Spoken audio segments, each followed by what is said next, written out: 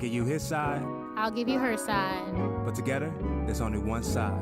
All pointing to the one source. In the beginning, This is the One Flesh Podcast. Podcast. Welcome to the One Flesh Podcast. On today's episode, we are going to be talking about unpopular opinions. In today's world, today's society, there's all kinds of opinions going around. Some of the opinions that people have are unpopular, hence the topic of the day, unpopular opinions. Yeah, we're going to navigate through some of those and discuss some of those in today's episode. All right. Well, my name is Pastor Richard Irvin.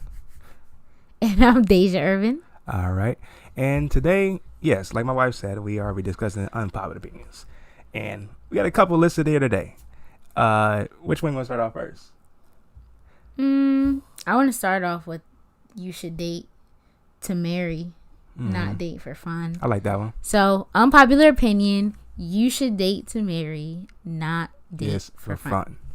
Sound good. So, some of the main things that came to mind when I was thinking of this topic is, like, I don't know if you've, like, seen this on social media, but, like, this may be even more of a female thing, but sometimes women will go on a date with a guy for pity or go on a date with a guy for free food. Like, I've seen people be like, oh, the girl had the number in their phone as free food. Or people even just go on a date out of boredom. It's like, oh, I'm bored this Friday or Saturday night. I met this guy. I'm going to go on a date with him. Or people even date out of loneliness just because they don't want to be alone. So they just go on a date. Yeah.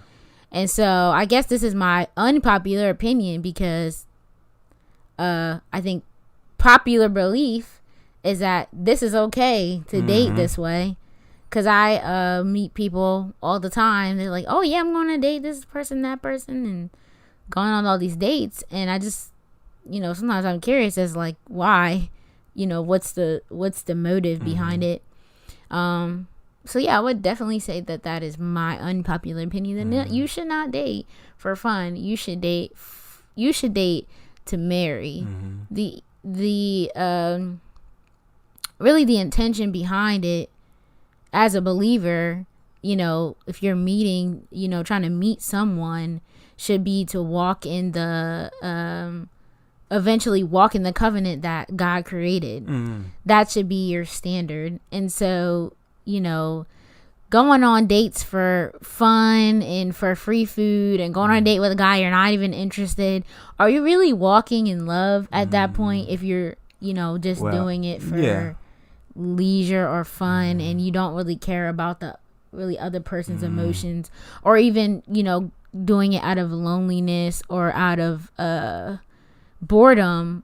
I would wrestle with my own heart, like, are there voids that you need God to fill that you're trying to fill with just casually dating? Exactly. Well, let me go from the other perspective. Even though I agree with you 100%, I wanted to, like, it's unpopular opinions. I know people got their own opinion about this as well too. So what if a woman been hurt in the past and they feel like, I don't really have no intentions right now of getting married no time soon. I'm a 20-year-old woman and I don't feel like getting married right now. Like, for example, recently, what's his name? Michael B. Jordan and Steve Harvey's daughter. The hot topic. The hot topic right there. She was younger than him. And his intentions was, he knew he had it in mind of being married, but she's younger, so her mind is like, I don't feel like getting married right now. I just want to have fun, enjoy our life, this and that. What you guys say, women like that have been hurt in the past, or are just younger enough for, like, marriage is something they arsenal or they plan right now? Yeah, I think that's a good question. I think first and foremost, if you've been hurt in the past, I think one of the priorities for you is working through that hurt and dealing with that hurt, because hurt people. So if you're getting another relationship and you're still dragging on to that hurt, it's just not going to go in a good direction. Exactly. And then I guess the second part that I would say, as far as, like, not ready to, get married or settle down or things like that, I guess I would kind of still piggyback off of a little bit of what I said earlier, as far as really wrestling, with your own heart, asking God to search your own heart. Is like, what is your motives for why you don't want to settle down? What is your motives for why you want to, you're not ready to get married? Exactly. Is your motive that you're looking on social media and you think it's supposed to be a hot girl summer because everybody is telling you, oh girl, you're only 22, go do this, go do that? Yeah. Or is that really where God is leading you to do? And if that is the case, then like I said, don't drag another person into that, because that's really unloving in my opinion. Exactly. For you to do that, and kind of selfish. So yeah, I like that. That's really good. All right, next one. My turn. My unpopular opinion is marriage is not for everyone. That's my unpopular opinion, and I feel it's true. I mean, you got people that are just not the right married material, I would say. And I think like some people are so stubborn in their ways. And I believe God can change anybody. I believe God could give a desire to somebody that had no desire for marriage in the beginning. But I feel like some people are just stubborn in their ways to not change. Like you have some women that are so controlling, so independent that they don't want that leadership role in their life as a husband to be the leader in their life. They rather just be the guy in the lead and not willing to submit. They have men who don't mature. Like they literally don't mature. Like they never take that I guess they never had that mature growth in their life to even like work on themselves or try to mature themselves so they could be able to lead a family or to be a husband. That's good. I think some men and some women are not marriage material, and that's okay. It's a lot of biblical, a lot of great men and women of God in the Bible who did not get married. One good example is Paul. Paul, a great man of God who never been married, who never had kids, and nothing like that. But yet God used them outside of marriage. And he taught people about marriage in his books. And the half of the New Testament, Paul wrote half of the New Testament. And a lot of the books, he talked about how women should submit to their wives. Women should submit to their husbands, and how men should not exasperate their children. Like he gave sound wisdom advice to men and women of God who were married without being married. And gave sound wisdom advice to people who had kids, and Paul never had kids. He had spiritual kids. He had Timothy, he had Titus, he had all the people that he could be able to be a spiritual father. But Paul was never married, and it was an advantage of it because also God used that to God's advantage to be able to be maneuver and to be able to move anytime he wanted to because he wasn't just stuck to a family. And Peter was a great example of a person that could not go everywhere at a time because he had a family. Jesus told him himself, like, hey. When Jesus was with him, he was like, hey, go back to your family. Take care of your mother-in-law. Go stay with them. It's okay. We going to go here. You come meet with us later on. And Jesus understood that. And not everybody some people that are married cannot do full-time ministry because they have a family. And then people that are not married have an advantage to do full-time ministry because they don't have a family. So marriage is not for everyone. So the next topic, the next unpopular opinion, we do got a different opinion about this. I mean, and you stand on this, and the couple of unpopular that we have, we don't have to agree. Yeah. Because it's not it's unpopular. Yeah, it's unpopular, and you don't have to agree to it. And it's unpopular in the Christian community, I guess.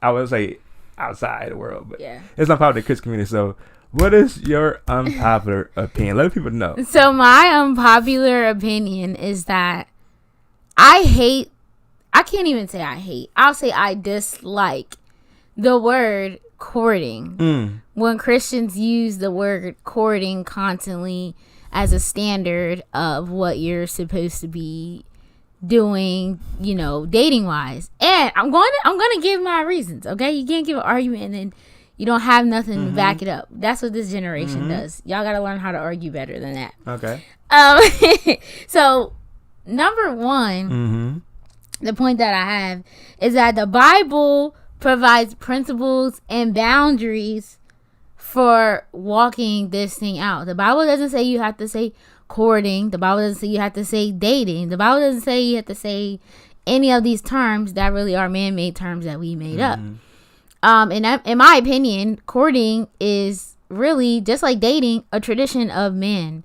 if you think about the progression of courting, different cultures all over the world and how they court, it looks different everywhere. So when people just use a generic term, oh, you're supposed to be courting, in my mind, that's like, what does that mean? Because there's no like really standard of what courting is like. And different, even not even in different countries, even in America, courting looks different for Amish, for Mormon, for Christian, for, you know what I'm saying? If you lived in the 19th century, 20th century, courting is looked differently everywhere. So that's one of the reasons why I don't like the word courting, because in my opinion it's not clear, and I believe as believers we need to be clear when we're talking about specific things. Okay, now I'm going to the side of people that are listening right now. I'm still not done with the first step. Okay, All right. go ahead. That's your first point. Go ahead. All right, I would say that the word courting is never in the language of a person that's in the world, because for one, I was in the world myself personally, and I never heard the word courting until I became a Christian. So if the definition of dating has been so messed up, I would think in a belief of us as believers in Christ, we should have a particular word that will make it very clear to anyone that we are dating our intentions of dating. And I believe courting, the word courting, is the perfect word for it, because the world doesn't use that word. So I believe that it's a great word to use, because people outside of the Christian faith, or outside of faith in general, because other religions use courting as well too, our faith in general doesn't use the word courting. So it's a great word to use for your upfront intentions of what you intend to do with that person. But what do you say then about, okay, you're saying people in the world don't use the word courting. People in other religions use the word courting. Yeah. You would consider them as in the world? No, I mean, they are in the world, of course, but I would say that their intentions of dating also as well too is to marry as well too. Because in their culture or their religion, they believe in marriage. But like Muslim, for example, they court as well too. Even though they teaching everything is off, it still relates to the same understanding of, okay, my intention of dating is to marry, regardless of what a biblical marriage thing is. You get what I'm saying? Yeah. So that's why I say courting is a word that is biblical. It's a word that helps the person that you are dating to understand your intentions of dating. It's not just to like date. So the word like the first opinion, I think is go good well with the word courting, because you understand that you understand their intentions right away. Like, oh, I want to court. I don't want to just like date to date. I want to court with you. I want to know that this is my intentions. And at the end of the day, while we're dating, our end goal is to be married. Okay, I can understand that point of view. Still don't agree, but that's okay. That's okay. That's what it's for. So my second argument, and I don't even know if I put this on here. My second opinion about not liking the word courting is that if you look at the history of courting, there is a huge family element to courting.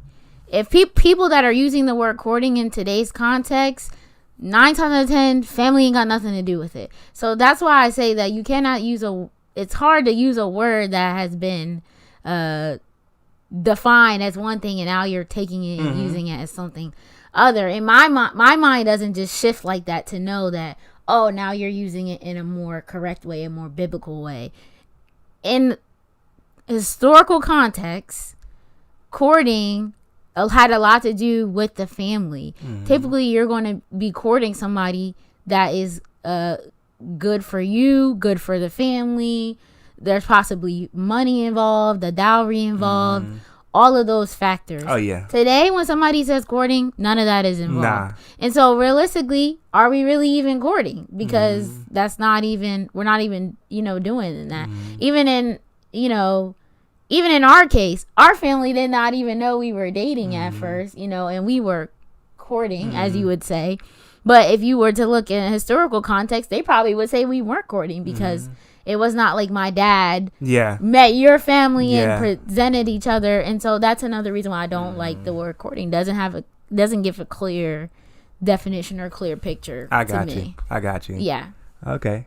That makes sense. We still disagree. And then my last point, which I'm gonna go through this quickly because we're getting to the we're getting time. We all about 18 minutes. Okay, so the last point that I would make about my opinion about not using the word courting, again, this is unpopular opinion. I believe courting, the way that I have been defining it, has worked in the historical context for which it worked in. There's all kinds of things in the Bible, in the scriptures, where Paul would go to a specific town or city that was dealing with specific things and had to address those specific things. And I would say courting, as far as historically, was more of the man. I would say it's more of the man has more of a choice, I would say, than what the woman has. And that's a double-edged sword, honestly, because I think most of the problems that we have today's society with dating is because we just got too many options, and too many choices, and too many. But at the same time, as a woman, if I was to put myself in that, kind of context and thinking, okay, the pressure of getting married at that time, that was your main contribution really to the family, is for you to get married. So you got that pressure. And like I said, the money that comes with it, the honor, there was a lot of other factors that goes into it, and pressures that goes into it. And today, we don't have those kinds of pressures. Your main contribution to the world as a woman is not getting married and having a family. And so, I just think that courting is not a word that is appropriate to use currently. I think we should come up with another word. I really do, because I understand the part about dating is a worldly term. I definitely 100% understand that. But I also think that courting is very much the tradition of man, and I'm not ruled by tradition of man. I'm ruled by God and what He says I need to do. I got and you. So, there's my unpopular opinion. Okay. Well, I think that was a great ending, definitely, for an episode called Unpopular Opinion. Yep. And for all those who are listening, you probably think this is unpopular as well, too. And you probably have some other unpopular opinions as well, too. So we would like for y'all to comment down below some of your unpopular opinions. What do you think, the craziest, or what is something that the world thinks that that's definitely counteracting to God as well too? Sugar in your grits, or salt in your grits. Savory or sweet? Saved or not saved? That's the question. I'm biased. I like both. I don't like grits that much. I gotta have mine. That means you lukewarm. Yeah. No, okay. Yeah, but let us know in the comment section what are some of your unpopular opinions, and if you agree or disagree with any of the opinions that we said. And also make sure to hit the like button, make sure to subscribe, and make sure to share this video with somebody else and a couple to have a nice little debate that they may have as well too at the end. But we all will love each other at the end of the day. At the end of the day. Well, thank you all for watching, and God bless you. See ya.